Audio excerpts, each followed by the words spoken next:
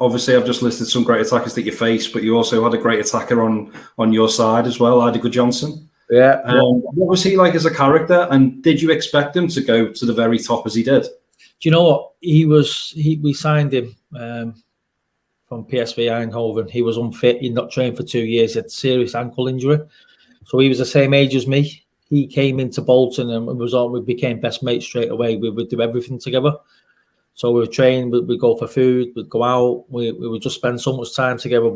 And over a period of time, you could see he was heavy. He was overweight, but you knew the talent was there. His first touch, his awareness, his whole style was another level. And you were just hoping he could lose the weight. And I never forget, we played Middlesbrough in a reserve game, and Eidur was in the team, and Bryan Robson came into our changing room. He was the manager at Middlesbrough at the time. He said, "You're the best player I've ever seen," to Eidur in front of everybody. And I'm like looking around going, yeah, I can see that.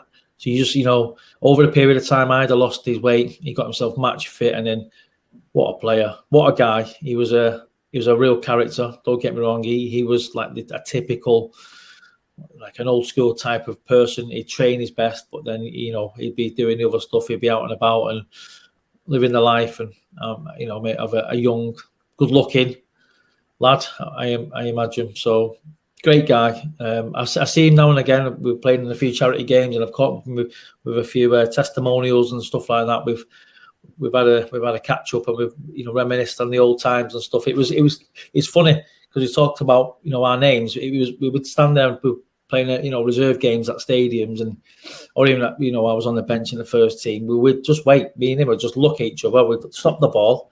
Wonder how our names are pronounced today, and there was honestly, we would just be heckling and like. There was one time I was called Horsey.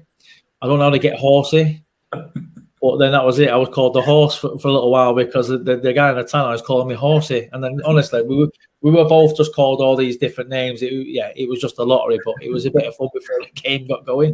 So, yeah, good times. He's a wonderful guy. He went on to play at the highest of highest levels, and a pure talent, one of the most natural talents that I think if not one of the best, if the best, I've played with.